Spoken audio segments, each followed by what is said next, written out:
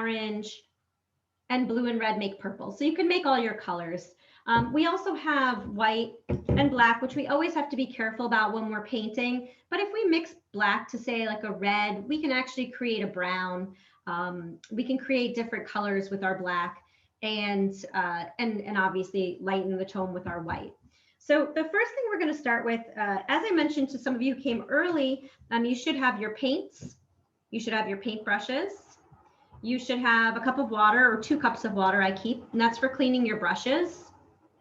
You should have something that you can, like a palette, if you have a nice, fancy palette, that's great, but you can also use, this is a container top. You can use like a piece of wax paper. You can use anything. I put a white piece of paper under this so I can see my colors better because my container is clear. So you'll notice I have like just a white piece of paper underneath. I'm gonna switch us, oh, and you should have a pencil too, because you can do your drawing with pencil.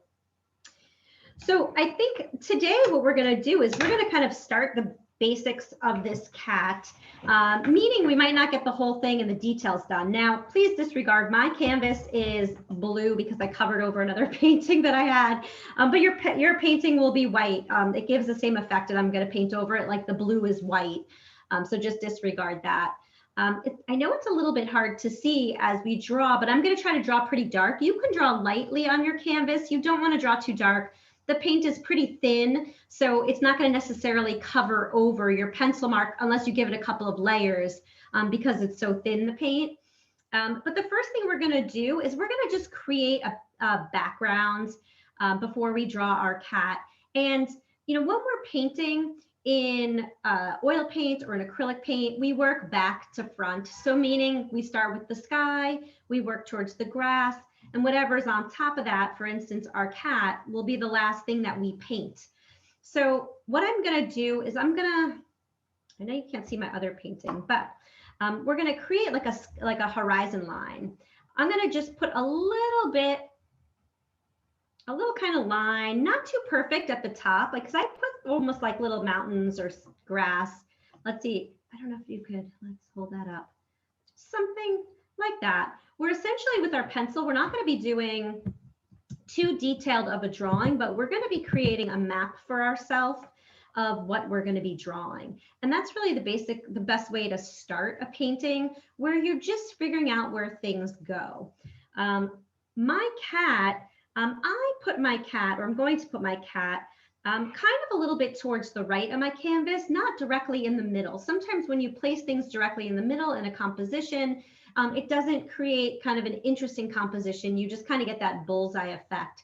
And you can break your cat down into very simple shapes if you need help with drawing. So the cat's body you can break down into a very simple oval. Now, again, we'll fix this as we paint.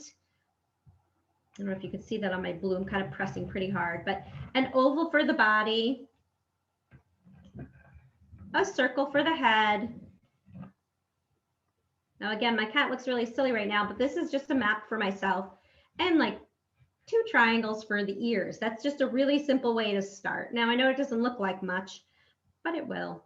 The other thing is, if you think about the way a cat looks, especially when it's sitting, you see that kind of like the top of its leg. It's kind of like almost like a semicircle where that leg is, the way it's sitting, almost like when a bunny sits too.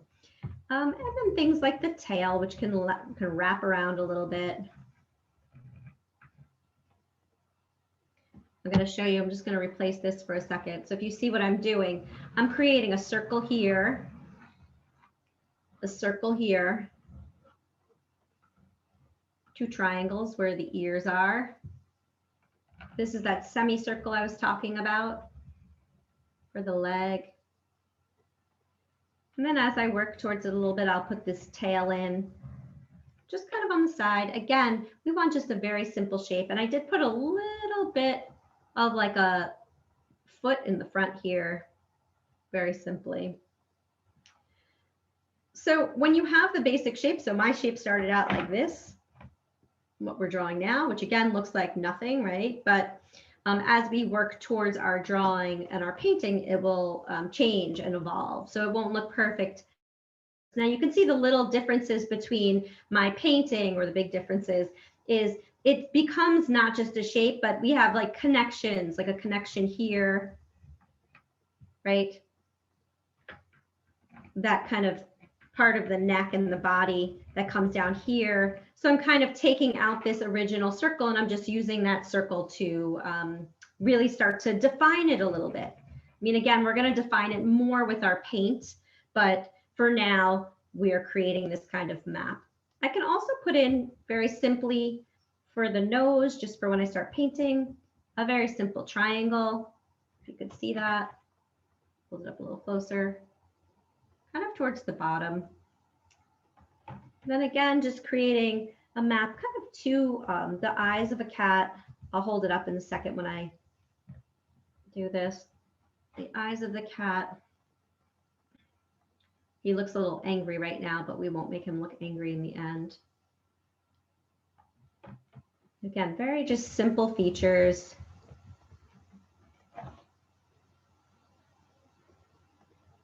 And really for your drawing, that's all you really need right now. Everything else is going to be done in your paint. So you don't need to really define that cat any more than this. Everything else will go on with your paint. If I'm going too fast for anyone, please let me know. I'm going to try to work with you so that it'll be my pace will be your pace, and I'll give you a little extra time. My cat, and if you're a more advanced painter, obviously you can take this to the next level. You can put your cat on something else. I put it on kind of like a little fence, a big fence, I guess, for a big cat. And what I did was I actually didn't put a straight line across. In order to give it a little depth, I did almost a little bit of a slanted line, a little bit. And as it's coming towards me, the fence is getting a little bit bigger. So I'm giving it a little bit of depth. Oops, sorry. Did you see that little fence? And then some posts just down straight. Again, very simple. Everything that you draw could be broken down into shapes and simple shapes. I'm going to fix that a little. I think mine is going too slanted, but the other thing that I did add, so again, I'm going to flip back to this painting, what it's going to look like. So you can see this is a little bit of a slanted line. As it comes closer to you, it gets a little wider. So it's giving the illusion that this is coming towards you.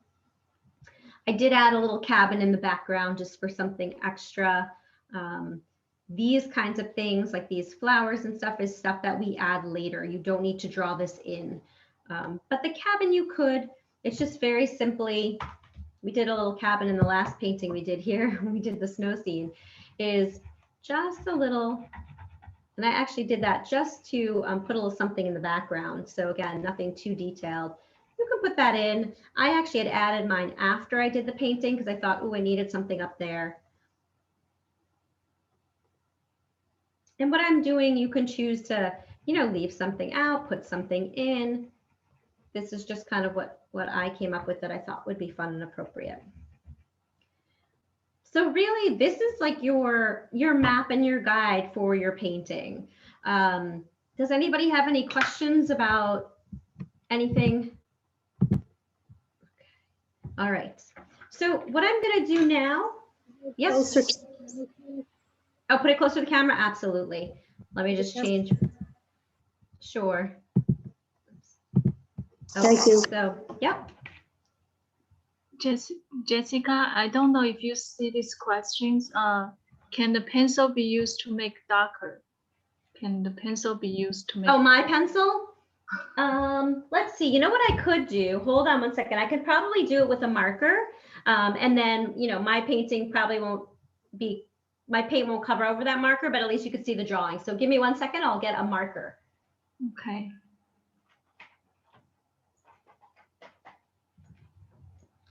Jessica, I wonder if you can, if you turn your phone the other directions.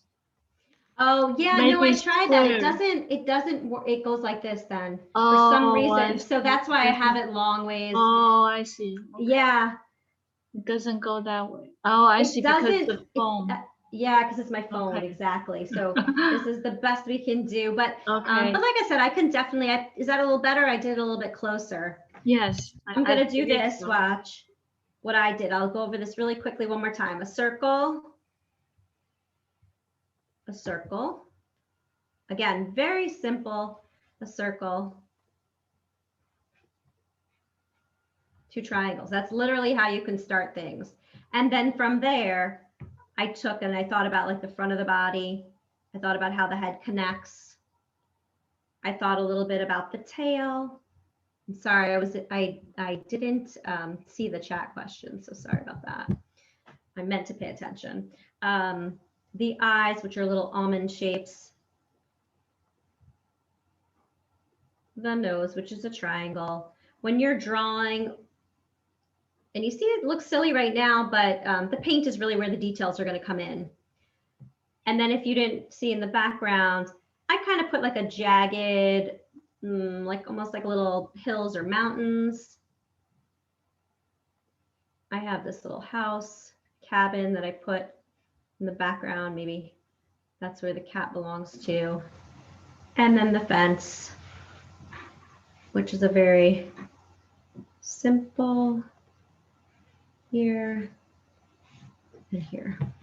We'll see how this fares when I paint with marker underneath. But at least you can see the paint, the drawing now.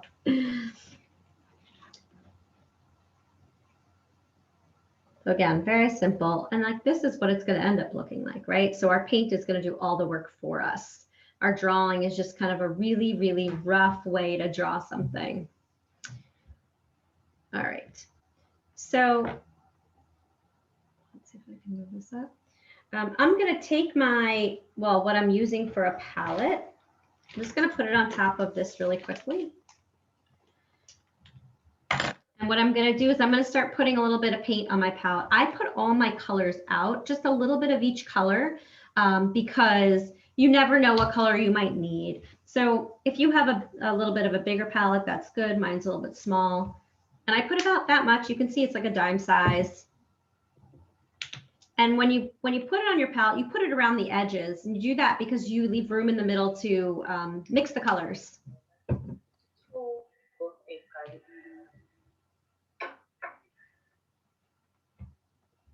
So get all your paints out if you haven't already.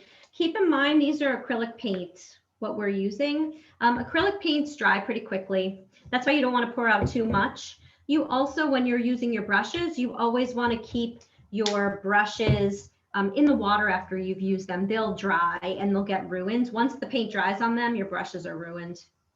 So keep your cup of water. When you use your brush, dip it in there. So just get that settled.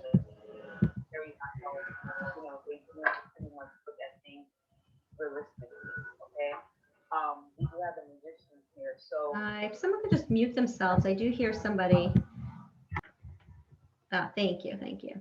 Okay, so the first color we're going to work on, I'm going to take my, as I was saying before, my round brush, so like very soft brush, a little thicker. I don't know which brushes you guys have, but you can pretty much see the size according to like my hand, how big it is. We're going to start, like I said, from back to front, which means our sky is going to be the first thing that's going to be done.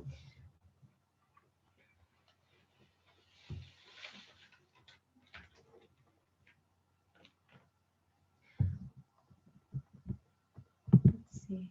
Does everybody have their paint down? When you're ready, if you're still putting your paint down, that's okay. You're literally just going to take your blue and white. I would say half and half and mix it together. You could make a nice blue, a light blue. You don't want to get too dark with your blue. You want the most important thing to be your cat. Your sky is just background. So you could get enough on your brush. If you notice on my brush, what I'm doing is you're supposed to really use the top half of your brush. So the paint goes on the top half, the bottom half stays clean. If you can do that, then that's great. I mean, if it doesn't happen that way, then that's fine too. Yoshiko, I know those paintbrushes, those paints are hard to open, aren't they? So once you get your color, you can see that I've got kind of like a a very pale blue color. We can do that on the sky. Let's see. Oh, it goes nicely over my marker actually. And a brush stroke that is kind of most simple, most popular is called a crosshatch. It literally is kind of creating X's on your canvas. So you see how I'm kind of going back and forth. You don't ever want to feel like you're fighting with the paint. If the paintbrush is, getting dry and you're not getting the color on the canvas, pick up more color. It's going to use a lot of paint. Like I said, these paints are a little bit thin, so you just have to use a little more paint. And you want to get your sky fully covered. Now, the thing with the sky, it doesn't matter. The tone doesn't need to be the same across. Say for instance, I want my sky to be a little bit darker on one side. Let's see, let's move this over a little bit, like slightly darker. I can do that. And you see how my color is just a little bit darker on one side, depending on the kind of sky or day you want to have. And it could be as simply as that. And if I'm using my crosshatches, I already create like a texture. I already create, not this kind of flat background, but something of interest. And again, if you want to get a little lighter, you just add a little bit of white to that. It's very simple. I would love at some point, if everyone feels comfortable, when we get maybe the sky and the grass done, if we hold up our paintings, it's so much easier for me to help you. Usually if I'm in person working with the group, I can see exactly what you're doing and if you need help, but I don't know if you need help right now. So, besides, if you feel comfortable asking or putting it in the chat, which I'm trying to kind of keep track of, I might just ask if you can turn on your video at some point and just quickly show your painting so I can see. And I'll move it. So what you want to do as you're drawing as well, I'm not doing it here because my canvas is blue, but you want to cover over the pencil line. You always want to go further into something. So when we're going to paint our cat with the green, we're going to go into some of those lines of the cat. We're going to paint that cat. Everything is probably going to be pretty dry by the time we get to the cat because we're going to try to figure out how to let things dry and leave things wet when we need it. Like I said, the thing about acrylic paint is it dries fairly quickly. Like by the time we get to, say, the cat, our sky is definitely going to be dry. And that doesn't mean, kind of the beauty of it is that if we make a mistake and we see it later on, we can go back right over it and work onto it, change it, go over our mistakes. And my paint is surprisingly going over my marker very well, which I'm happy about.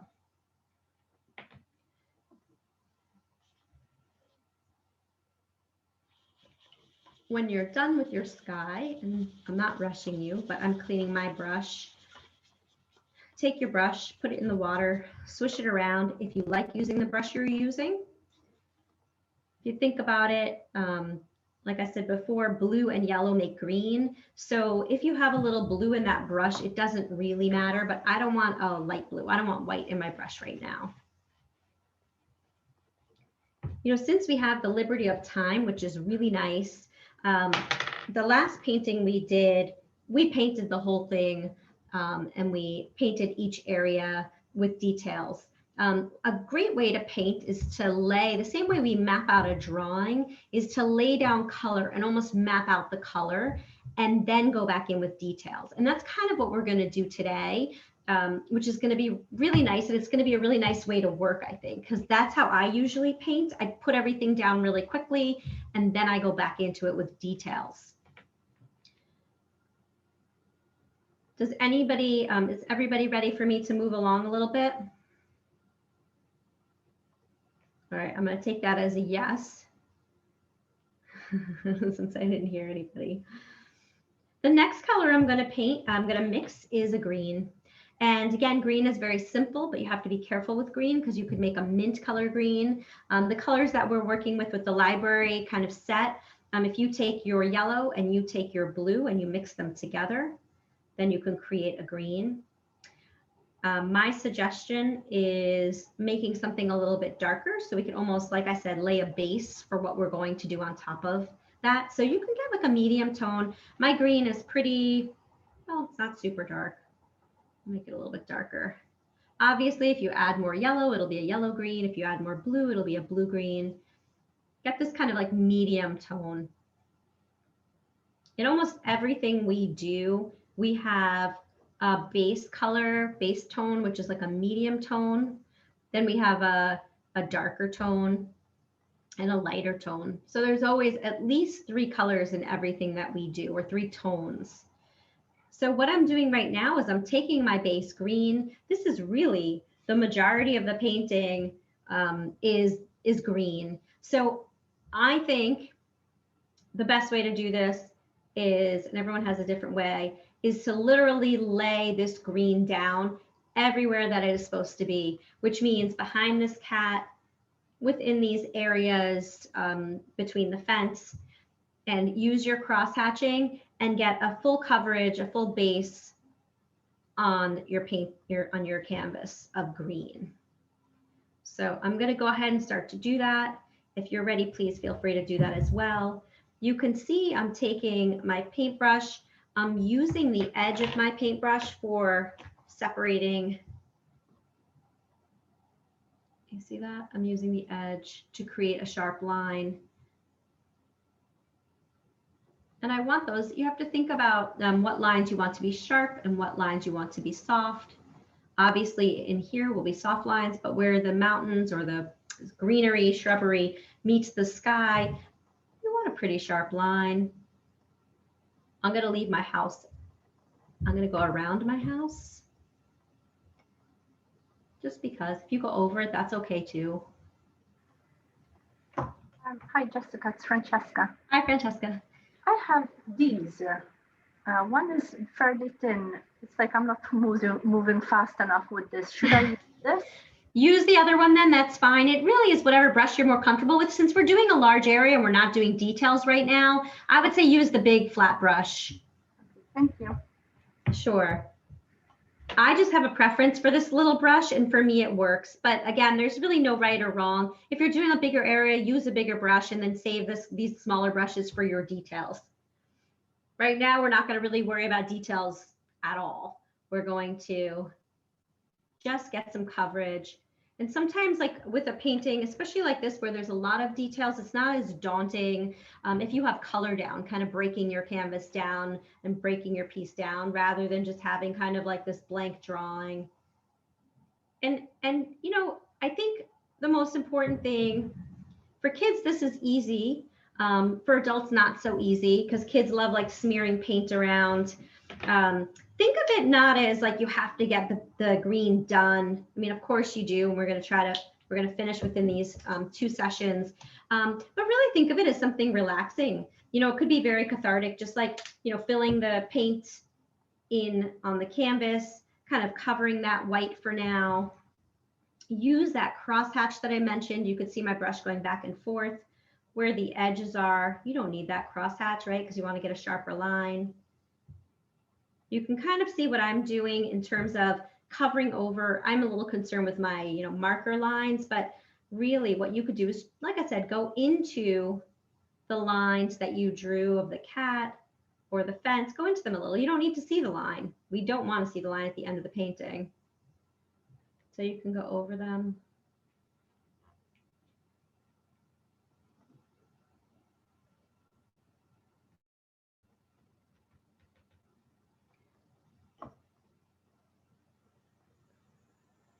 I think, you know, painting is meant to be, or it should be, I think, you know, relaxing.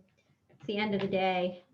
I'm sure everyone had a tough day, and this is not meant to be stressful.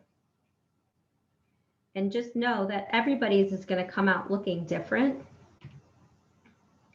Your colors might not be exactly the same as mine. For those of you who have different paints, even if you do have the same paints, a little bit more yellow or a little bit more blue is going to change that color or that tone. Right now, don't use any white, just use the blue and the yellow to create your green.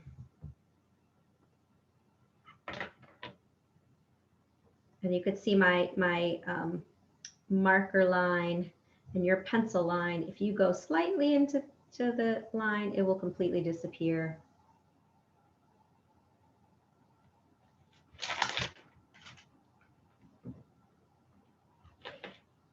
And as I'm going, down onto the bottom of the canvas, I'm doing the same thing between those fence posts. And as I'm, kind of creating a sharp line along the edges with my brush, which you can do with any brush you have, you just use the tip of the brush to create that sharp line. If your hand is not steady, if you have a hard time steadying your hand, the best thing to do is I take my pinky, I put it down somewhere that doesn't have paint, and I lean my hand, and then I can get like these kind of sharp lines. So you see my pinky is there. Some artists have like sticks and they lay them on their, it's like a painting stick. You lay them against your easel and it like holds their hand so their hand doesn't touch the canvas. So they, you're not leaning your hand down on the paint when you're painting. But since we don't have that, your pinky can work just fine. So you'll notice right now what I'm painting, it's very flat. I'm not doing any kind of like details. We're going to get details in, but just not right now. We're going to just have that nice base color down.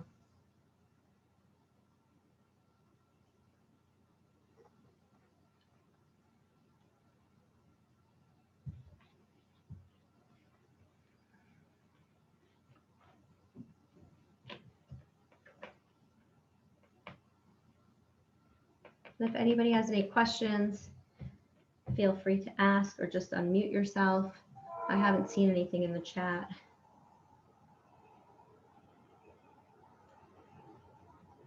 But you can notice as you're painting, it's kind of starting to emerge, right? It's becoming less of just like a geometric drawing that we started and something very simple that we started. And even with just a little bit of paint on it, it starts to become a painting. So, this is a building process. It's not going to look immediately the way you want it to look. Carol, did you have a question? I thought I saw you unmute.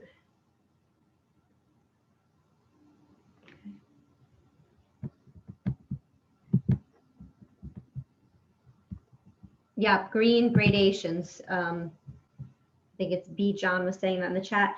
Right now we have a very flat green. We don't have gradations in it, but we will do that. So yes, you'll notice in the painting that I'd worked on yesterday, you can see that my green is not flat anymore, right? I've added more yellow. I added some more white. I added some black to create brown and red to create a brown. So these kinds of gradations we're going to do. Right now, we're just kind of putting on very basic, like a base coat, which again is a good way to work. Not as immediate in terms of satisfaction of the way you want things to look, but it is a good way to start. For anyone who don't feel rushed. If you're still working on your green, that's no problem. I'm gonna show you quickly how to make a basic brown color with the paints that we have or I have. Again, most of you have the red, yellow, and black, and those are the colors we're gonna use to make a brown, and we're gonna make a brown for the fence. So we're gonna do our fence before we do the cat. We're kind of hoping that our green will dry a little bit before we put on a base color for the cat. Once we do the cat and once we do the fence with basic colors, we're going to go on and start with the green again, and we're going to create those gradations of greens and yellows and all colors that create this beautiful landscape. So down, I'm going to take my red paint. I'm going to take a little bit of yellow paint. I'm going to mix it into the red. And then I'm going to take my black. So you can make brown a couple of different ways, right? There's brown that comes straight in like a tube. There's brown that you could mix with colors opposite of each other on the color wheel. meaning red is opposite green, blue is opposite orange, yellow and purple opposite each other. Since we're mixing our colors ourselves, a kind of cheating way to make brown is take your black and add it to red and yellow. But you could also, like I said, add green to your red to create a brown. But you'll see my brown color is pretty basic. I do want my fence to be a little bit darker than my cat, so I'm going to add a little bit more black to that. I'm going to show you here. You can see my brown is pretty dark. You can tell that there's black in there, but I actually don't mind. See that? And that's simply done, like I said, with red, yellow, a little bit of yellow, and black. And then your black will determine how dark your brown is until it gets black and no longer brown. Now again, we're doing very flat color right now. All we're doing really is getting rid of the white of our canvas. And we know that we're going to go back into it and we're going to add details. And since we have this nice long class, an hour and a half, rather than just an hour, which we had the first time, and we're going to do this in 2 sessions, we have the liberty of working in more detail, which is really nice.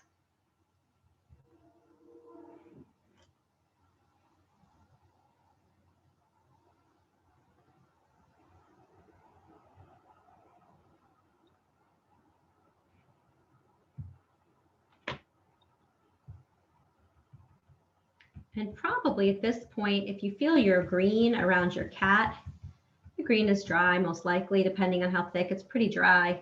So you can see how fast that dried. Mine's dry. I didn't work too thick with paint. I'm cleaning my brush off. My water is dirty. If you need to get up and get clean water to clean your brushes with, you can. I just brought 2 glasses, so I'll clean my brush in a new glass cup. All right. What I want to do right now is, since we have the brown, does anyone need me to review brown, the color brown that we mixed? Are we okay? Francesca, are you okay? You want me to? You're on mute, Francesca. If you can just, I didn't pay attention to how to mix it. Oh, yes. Okay. I'll go over it again for anyone who's still working on their green. So you just take some of your red paint, a nice kind of blob of red paint, a little bit of your yellow, mix it. It makes like kind of like a red-orange color, and black. And depending on how, so you can see it's starting to get like brownish if you're really mixing it. See, that's kind of like a light brown. What I ended up with was a pretty dark brown. I would say somewhere in between there. You know, we're going to be adding some really dark and some really light when we really go in with details with our fence. But for now, that's a good color to start with. Again, you want a base color. And when you're painting, like in between my fence and my greenery, you don't want to see a white line in between there. Cover over your canvas. Don't show a white line. Have it be a transition between your just brown and green.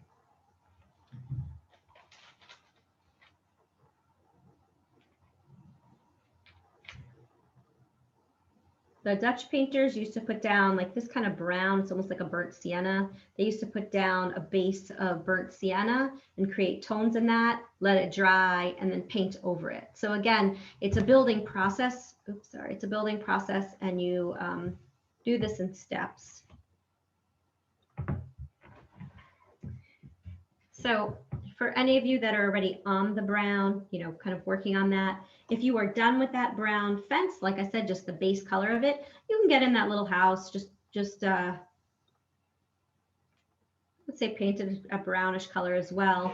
if, since we have the front, the side, and the roof, you can use different variations of your brown, meaning add more black to it to kind of separate the parts of the houses. So right now, it would just be very simply, this is not going to get too much more detailed because it's really in the background. But what I did was 3, and I'll pull it up so you can see it, but kind of, or I'm going to do 3 different, slightly different tones of brown. And like I said, that just comes out of playing with your red, your yellow, and your black, and adding more of one or the other. And, this mixing paint really just, you have to play around with it. The basic colors that I'm giving you that make certain other colors, but you do have to play around. Oops. So your house, see how simple that house is? Very simple.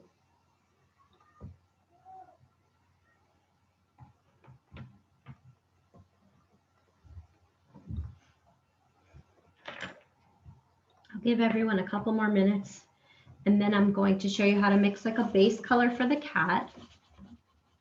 So the process of what we're going to do is we're going to do a base color for the cat. We're going to paint the cat in very simply like we've painted everything else. And then we're going to switch them. We're going to go back into the background, and we're going to play around with our greens and our scenery, and our landscape in the background, and get some details in for that. Christine, do you have a question? You're on mute, Christine.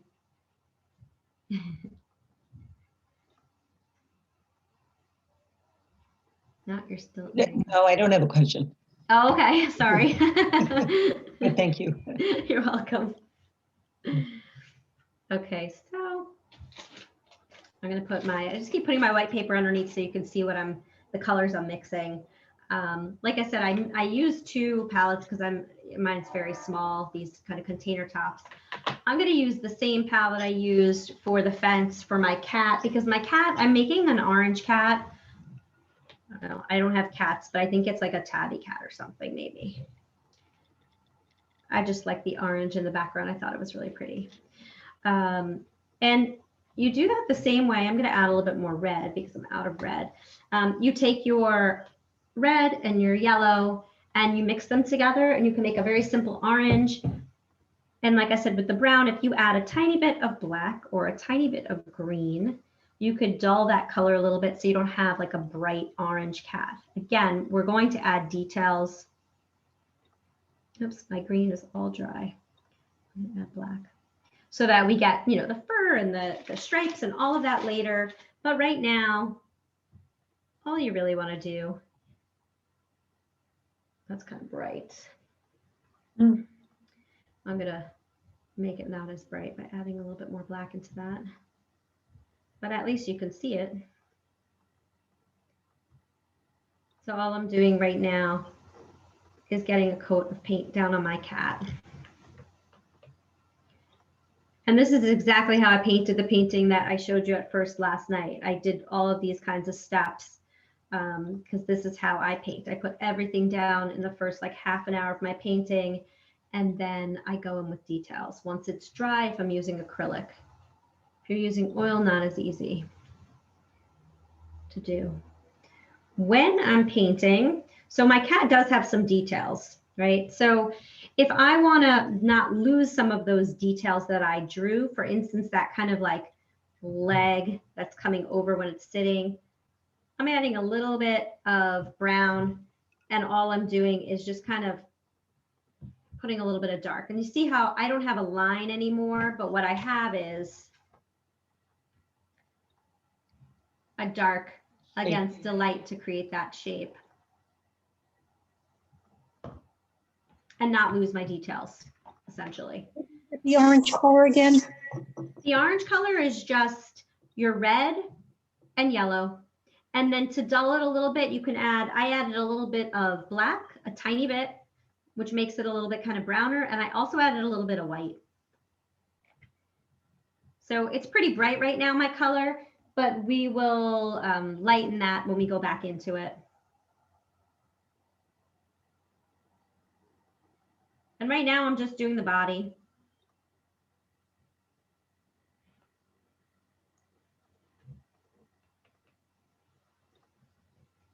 The great thing, the hard thing about painting is when you're mixing colors, it's sometimes very hard, depending on what colors you use, to mix the same color again. The great thing about this is we have a very simple amount of paints, and everything that we're doing, if it's a little bit more brown or a little bit more yellow, it actually looks better, because we're not going to have a flat painting when we're done. We're going to have something that has dimension and something that is a little bit more interesting. So if you notice my tail I just did, I put a little bit of extra yellow in the tail. I wanted my tail to stand out so it doesn't become part of the body. And I just took my brush and I kind of moved it to create my tail. I just don't want to lose this drawing, even though as simple as it is, this drawing that I started. I want to kind of keep it, at least part of it.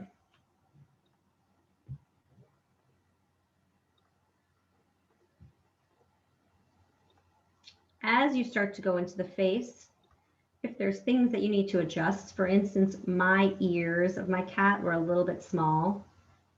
I could make them a little bit bigger at this point.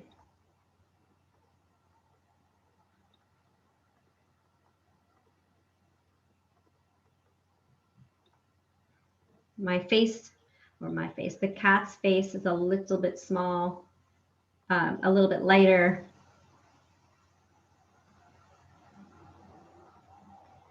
I'm pretty much getting rid of the mouth. I'll leave the nose. Again, really simple. It's not going to be detailed at this point. Kind of looks like a little bit of a ghost cat, but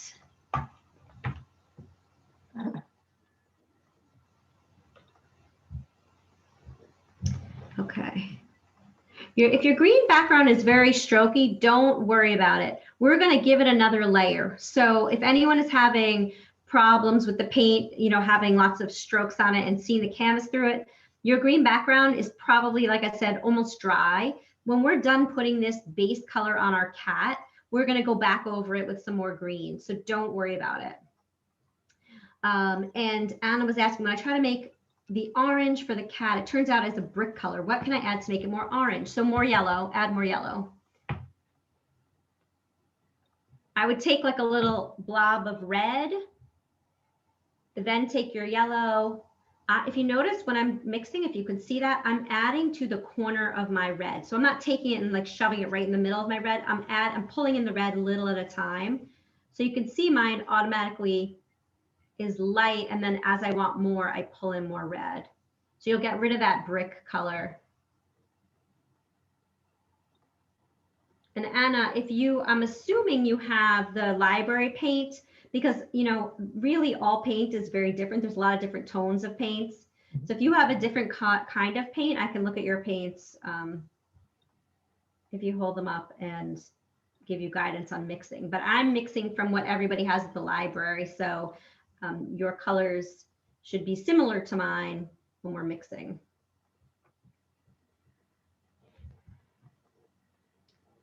And just if you don't want your cat to look too scary, mine looks scary right now because it's got black markers as eyes and nose. You can take your green, which probably is dry. If you have a couple of different brushes, my suggestion is you either clean your brushes really well as you're using them, or you use like a paintbrush for your green, a paintbrush for your orange, if you have that liberty. I am doing like a no-no, and I'm using my same brush for everything. Okay, good. Anna, so if you have those library paints, how's your color now, Anna? Is it working better? Hopefully it's turning more orange than brick color.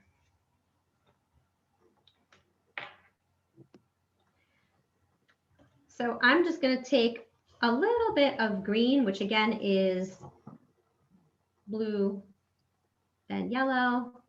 I'm going to make a little bit of like a dark green by adding a little bit of black to it. This is literally just for, I don't want to see those crazy cat eyes. I'm going to fill in my cat eyes and just make them green for now, which I just did. Again, don't worry too much. We are going to go over this. And the great thing is, if you make a mistake, I just made my eye a little bit too wide. I'm going to go back in with that orange. I'm going to use the side of my brush, and I'm going to go around it and fix my shape.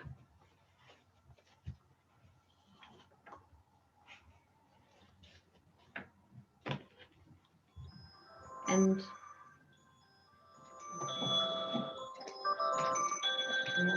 oops, sorry. Let's see. There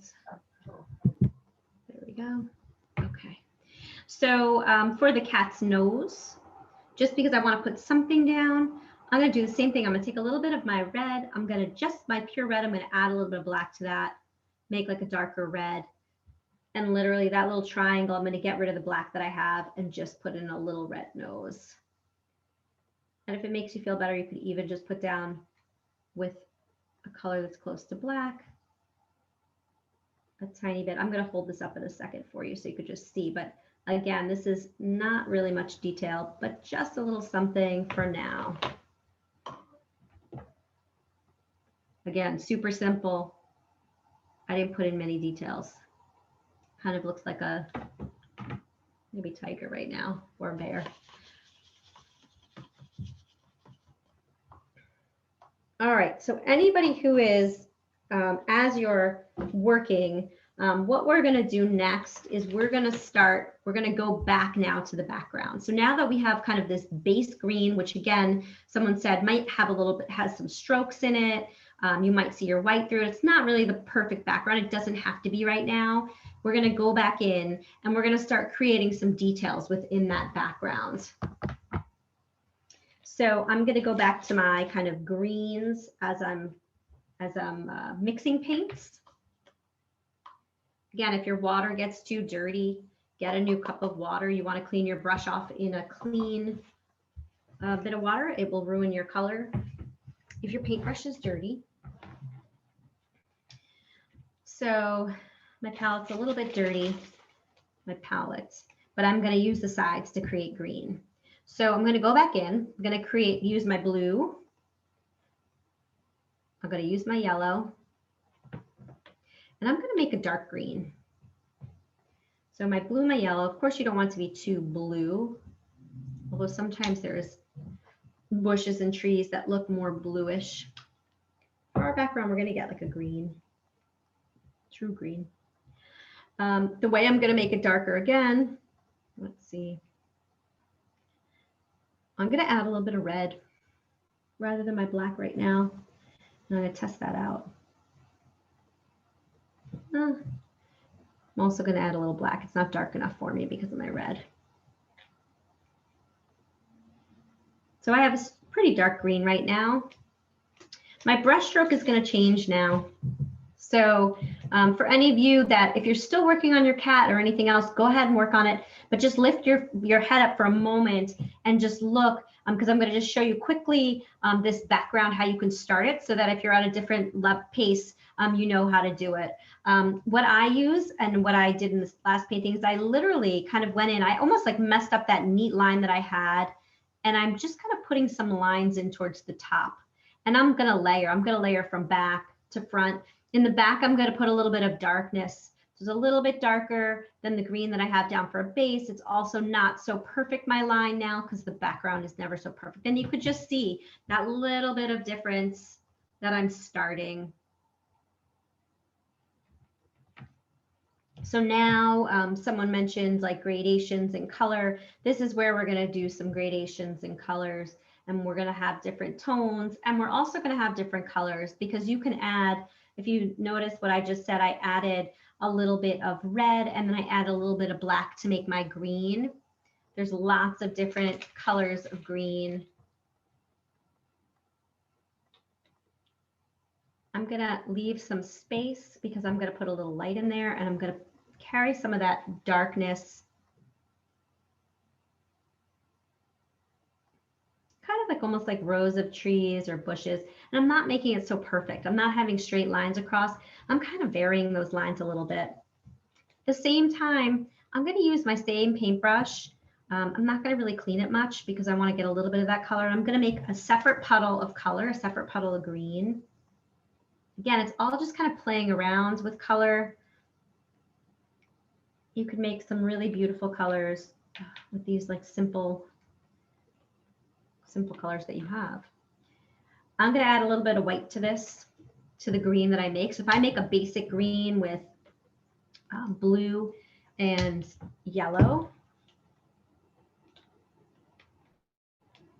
if I add a tiny bit of white, a little bit extra yellow, and look at that. You see that right there? See how we're starting? It's just really start to easily look like trees, grass, scenery. So the first color I used for the second layer of trees was a dark. I used the blue and the yellow, which creates the green. I added a little bit of red to it, a tiny bit, which changes the tone a little bit, makes it a little bit browner.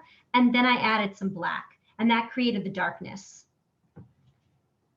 So these are my two colors. This was my dark color. This was my light color. And the second color I made, which was a light green, the same thing, the base of blue and yellow, which creates the green, and I added a little bit of white to it. I also added a little bit of extra yellow. And now as I'm adding, so if you notice, I am adding like kind of a strip of dark and then a strip of light, but I don't want to make it too perfect because nature, well, when there's trees in the background, maybe a snowflake is perfect, but trees in the background are not really so perfect, meaning, you know, they never really line up. Well, sometimes I guess they do. In our landscape, it's not going to be so perfect. So if you notice, I'm almost like making some of my dark disappear in some areas as I'm layering the yellow, and then I'm making some lines bigger. I'm kind of varying what I'm doing.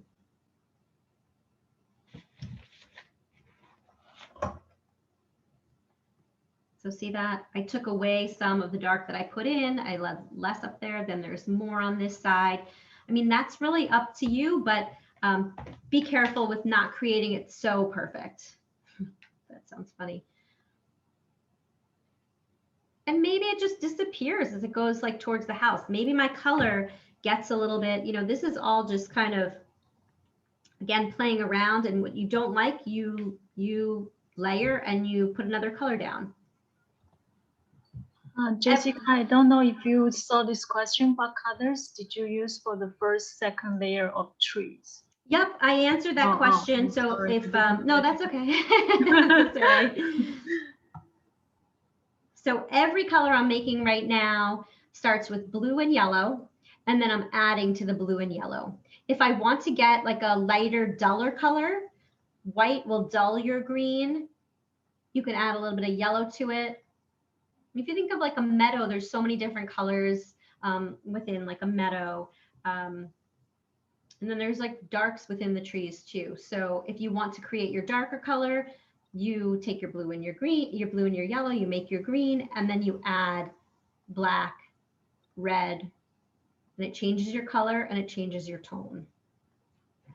So if you remember before, I said the minimum amount of colors you see in something, whether it's still life, landscape, is 3 colors: your medium tone, dark, and light. Right now, you basically have 3 colors, but we're going to do more than that, or 3 tones. You have your base color, which should be somewhere like in between these two, the light and the dark. You have the dark color that we started to use in the background, far background, and then the light that we're putting on top. As I'm going along towards the right side, I'm going to dull my color a little bit more. So it means that I'm going to take my green, I'm going to add a little bit more white to it. I'm going to see what that looks like. It's kind of like lighter. And I'm going to put some bigger areas now on top of my green and just lighten that a little bit. And I'm kind of using a combination of my crosshatch a little bit and kind of these longer lines. If you notice, you're working on a dry green, you know, your base color. If you work pretty thin with your color, you could almost create that depth that you would want, which is if you work with a dry or brush, less paint, you can work, if you see, you could kind of see my green through it, right? See this color against here? That was my color before I started adding light. So what happens is if I take my brush, I'm not working with much paint here, and it lightens it. It also starts to create the gradation of color, of tone.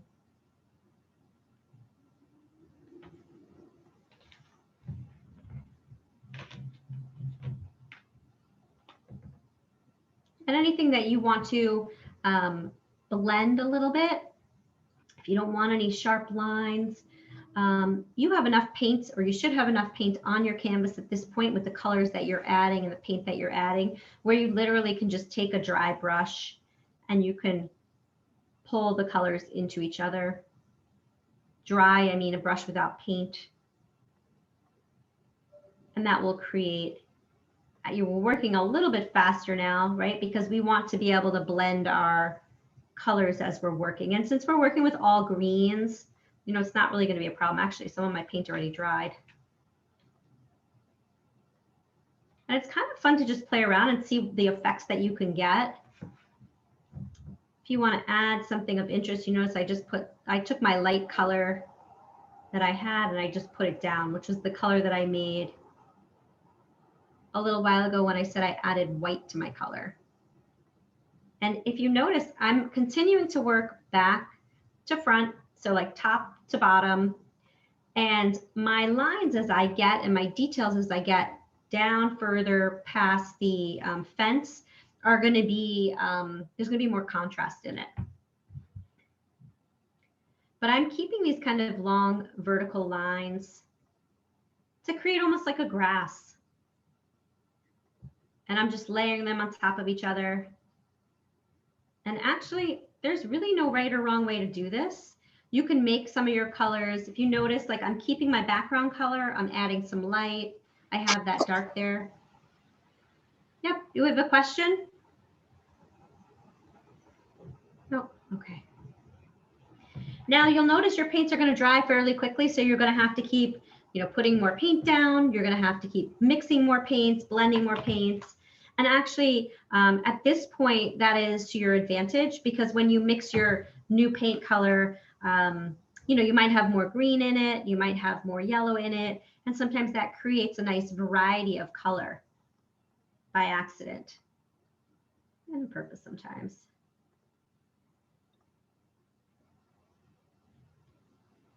So if you notice my painting, I have a little bit extra light on the right side of mine and some more details on the right side of mine. And that's just what well, it kind of just happened. As you can see that layering that's happening. And the simple thing about this, it ends up coming out really beautifully, but it's really simple brush strokes, just these vertical brush strokes layered on top of each other that create this kind of lush scenery. And you can tell my colors, this color over here has more yellow in it, right? This has more white in it. That's a darker tone. So these different colors in a landscape really help give dimension, texture.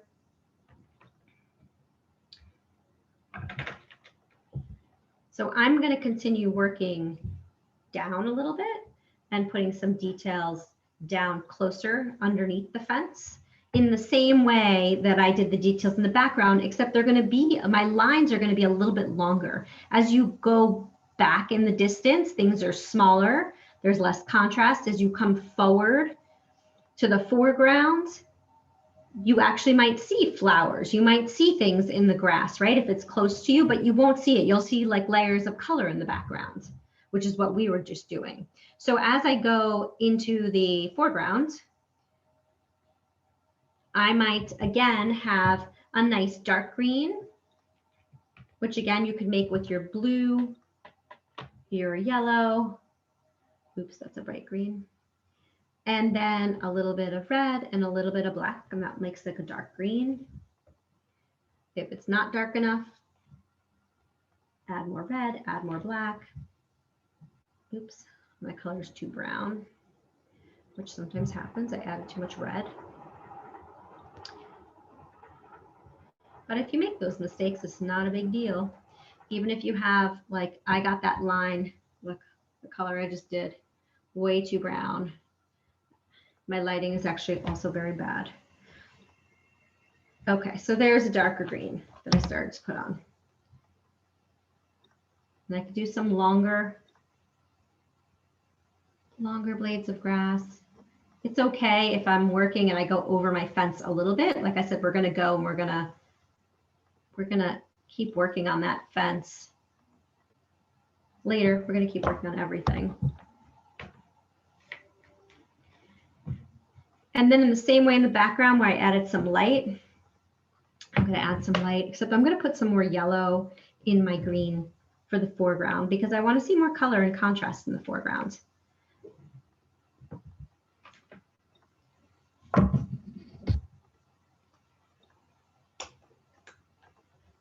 If anybody at this point feels comfortable holding up their painting and showing how far you've gotten, that's fine. If you don't, then that's okay too. Nope. Okay. So I'm just mixing a lighter color for the foreground with my yellow and my blue, which means if I'm making a lighter color, oh, thanks, Francesca. Nice, that's perfect. That's exactly what I should look at. Hold on. Let me spotlight you for a minute. Spotlight. Can everyone see? Hold on. No, you're not spotlighting her. You think you're spotlighting me. Hold on. Oh, okay. Oh, no, maybe you are. Hold on. Let me see. Because they can do parallel spotlight now. Oh, there you go. Yes, you did parallel. That looks great. I love it. That's perfect. So Francesca, be careful as you work into your green, make sure you don't see those white areas in between like the fence and the background. So really cover over that area so you don't see any more white.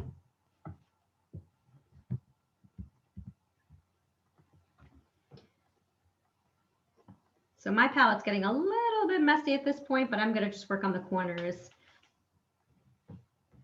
Okay, so do you see that now? I made a lighter color with just it's just my red and my blue and my green, but in contrast to what's down there already, if I add these kind of longer lines where it's almost like grass, this is important. If you have a round brush at this point, this is really a better brush to use. If you have it, if you're happy working with your filbert or your flat brushes, that's fine too.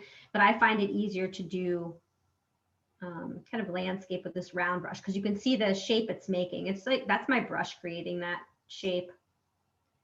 The other thing to be careful is you don't want to be so perfect to make things fit perfectly in this little space. So what I do is I bring this down, I let the blades of grass or plants go right to the bottom. I also, at this point, you know, if you say, Francesca, you have like a little bit of white in between the fence, like over here, you can take it and you can go over and you can let it go over the fence a little bit. What we'll do is we'll go over that, or you could even leave it. It kind of looks nice if there's like a piece of grass over the fence, right? It doesn't look bad that way.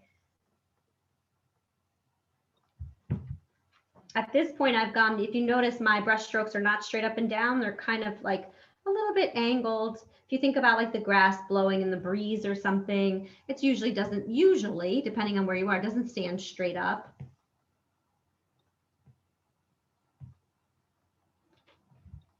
And if you really wanted to get some more details up in front, I guess we can do this right now. What I'll do, I'm going to clean my brush. We could even add some like little flowers in front. We can go back next month when we're back and everything will be dry, and we can also add flowers or details, but I'm going to add 2 color flowers. I'm going to take red and white and create like a pink flower. And if you notice, first I'm doing a pretty light pink, and then I'm taking my red and almost like having pure red. So there's 2 tones. This is pink. It looks like white from the camera, but it's really pink, and then dark pink. And I'm just taking, and I'm kind of putting like little dabs in my grass. I might carry it over a little bit here. And after I get the dab of dark color, I'm just adding a little bit of light to it, 2 tones, and creating some flowers.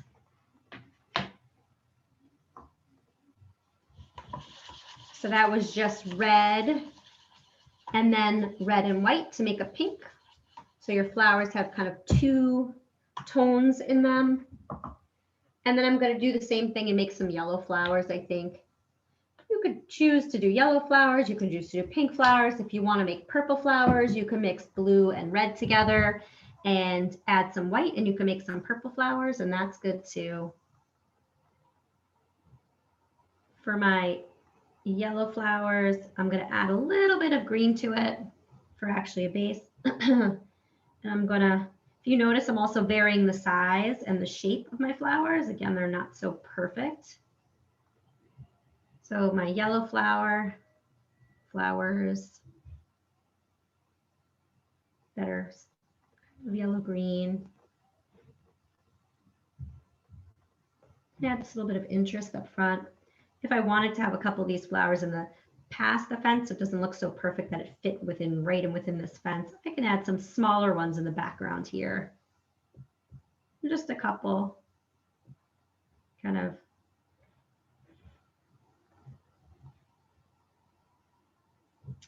And then I'm going to take some pure yellow, add some white to it. So no more green, just a little yellow. And I'm going to add some light to these flowers, especially the ones up front. Maybe the ones in the background, they just stay kind of these little dabs of greenish yellow, but the ones in front should have a little bit more detail. They should have some brighter color.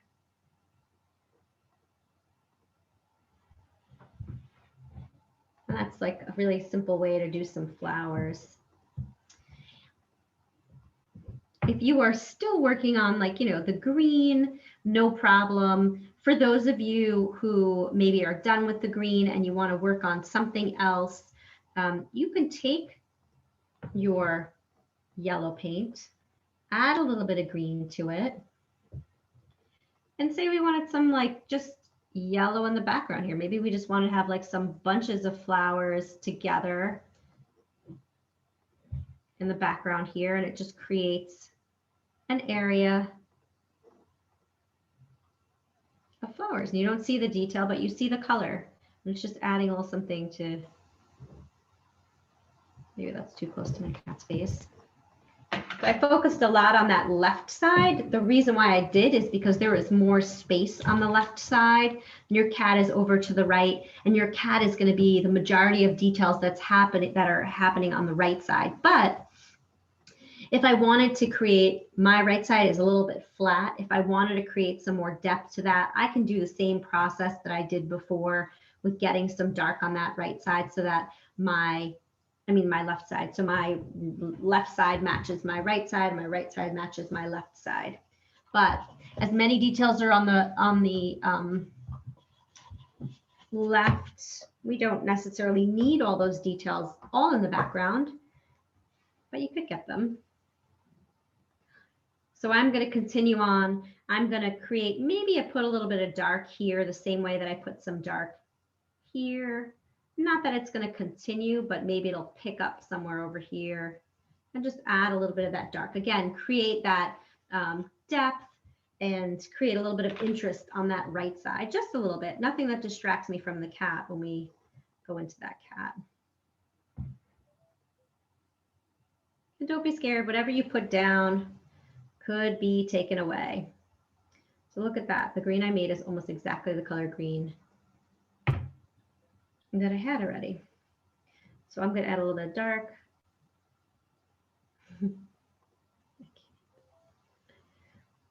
There we go. So I'm adding just a little bit of dark. Again, with these kinds of like fine lines. And sometimes your lines could be a little bit further or closer. When I add that dark, they kind of give the illusion that there's like kind of pine trees in the background, right? The way that I did it, I put my brush down, and then as I went down with my brush, I kind of like smushed it down on the canvas a little bit more to create different shapes. In the same sense, we're still kind of working with those greens. I'm going to mix my light yellow again. The only reason why I'm remixing these colors is because my colors dried on my palette. You can see my palette is like, a lot of these colors are dry. So I can mix right all over these colors since they're dry. So I'm making a light green now, and the same way I went in with dark and light before while the paint is still wet, and I can kind of add a little bit of light. Again, just adding some extra detail to the right side so it's not so flat. It's funny, in the midst of all these details now, our cat probably is looking pretty funny, right? Because our cat doesn't have much details in it, but our landscape is getting there.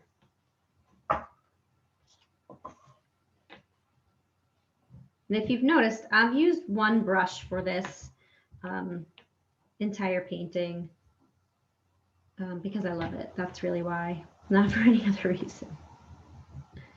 When we get into the details, I'll probably use for the cat a smaller size brush if you have something a little bit smaller. Now is the time to, like I was saying to Francesca, if you have any white areas, to cover over those white areas. You're making lots of like greens, you're putting lots of layering, you're layering a lot of colors down. Use those colors to get rid of any white that you see with some details. Even between, like, you know, and if you notice your fence is a little bit too, you want it to be a little bit smaller at this point, like, so mine, I can just I can go over it, and you see how I got rid of that. And if I want to get rid of that sharp line, I'm just going to pull my color down a little bit, and then it becomes part of the landscape.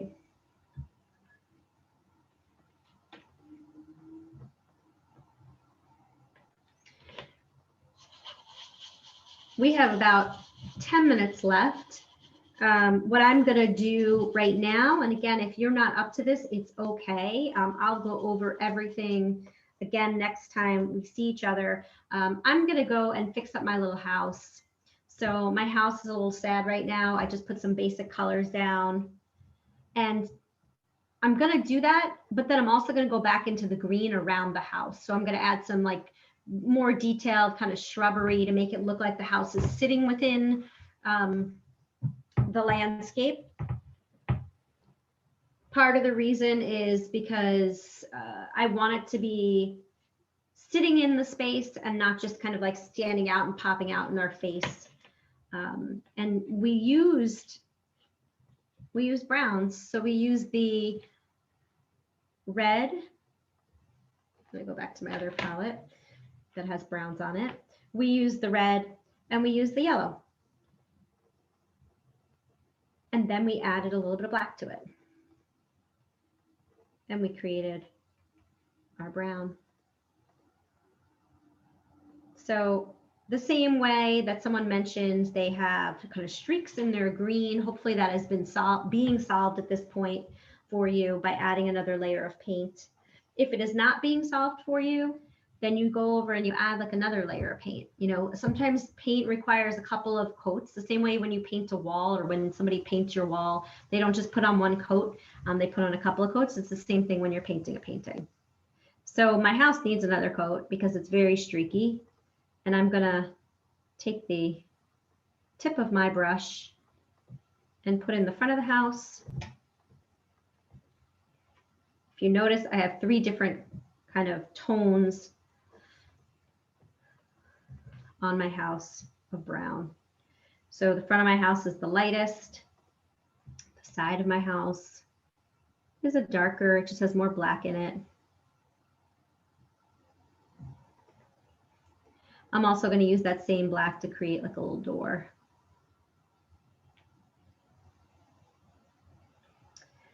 And then the roof of my house, I think, is going to be almost like a little bit redder. It'll be brown, but it'll have more red in it. So again, it's just a balance between your different colors that you have to create different tones and different colors. So my roof is more of like a reddish orange.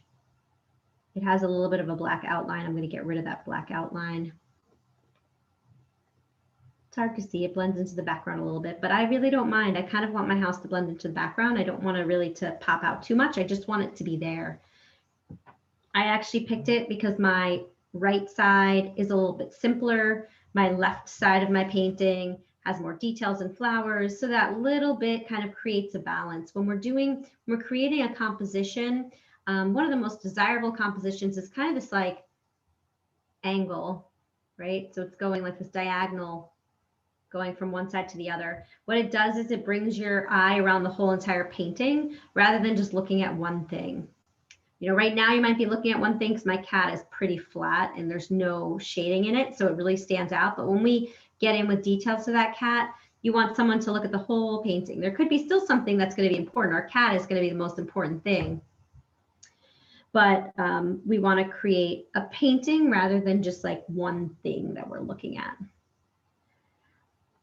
I'm going to just, with this round brush, when I want to get details down, what I do is I roll my brush and I can get like a pretty thin point. For instance, the roof, I want to have a little bit of a light line, and it gave me that ability. Also, you see that little bit? I can add that with this.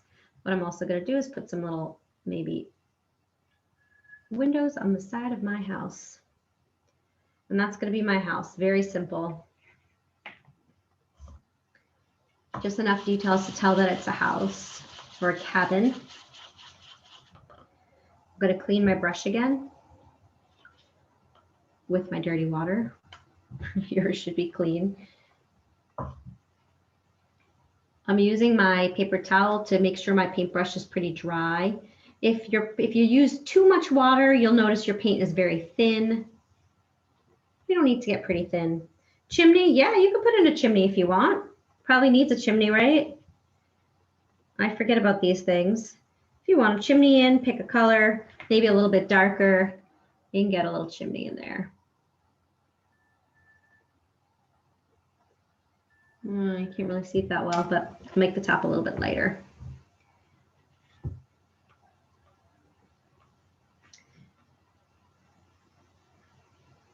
If you're doing your house, cabin, here we go.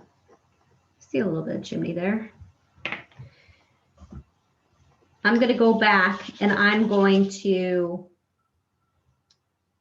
mix my greens again, because once again, my greens look pretty dry. And the reason why is I'm going to put in some little details around the house, kind of details that match the size of the house that I'm doing. So if I go back, if you notice mine right around the house is pretty light, I'm going to mix, again, 2 color greens, a dark and a light. A dark that's probably like that, which was created by blue and yellow, a little bit of red, oops, sorry, and a little bit of black. And then a green that's made with blue and yellow and a little bit of white. Now, when I'm doing my colors, I'm going to make sure that it's not as important with acrylic paint because it dries, but if you paint in oil, you always want to put your darkest dark down first. The reason being is it is easier to go from dark to light than from light to dark if your background is wet.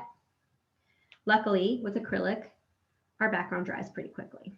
So I'm going to add just some little kind of shrubs around the house and details right around the house with my little lines. You can see that. Maybe some kind of bushes here. I might even do like a little path or something. Just something very simple.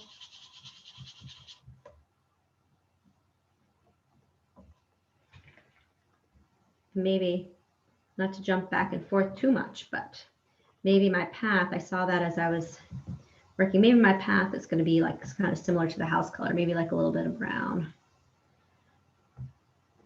But at this point, you should have kind of your, if you're working on the house or working on the landscape, you should have, those colors should be kind of fairly wet still so that you can go back and forth with them. I go back and forth a lot. Okay, here, see these kind of little lines. I'm just creating almost like a little pathway to the house that will just fade out.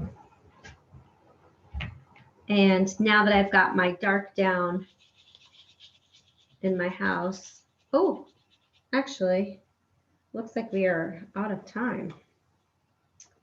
Does anybody want to show, let's see if I can put us on gallery view.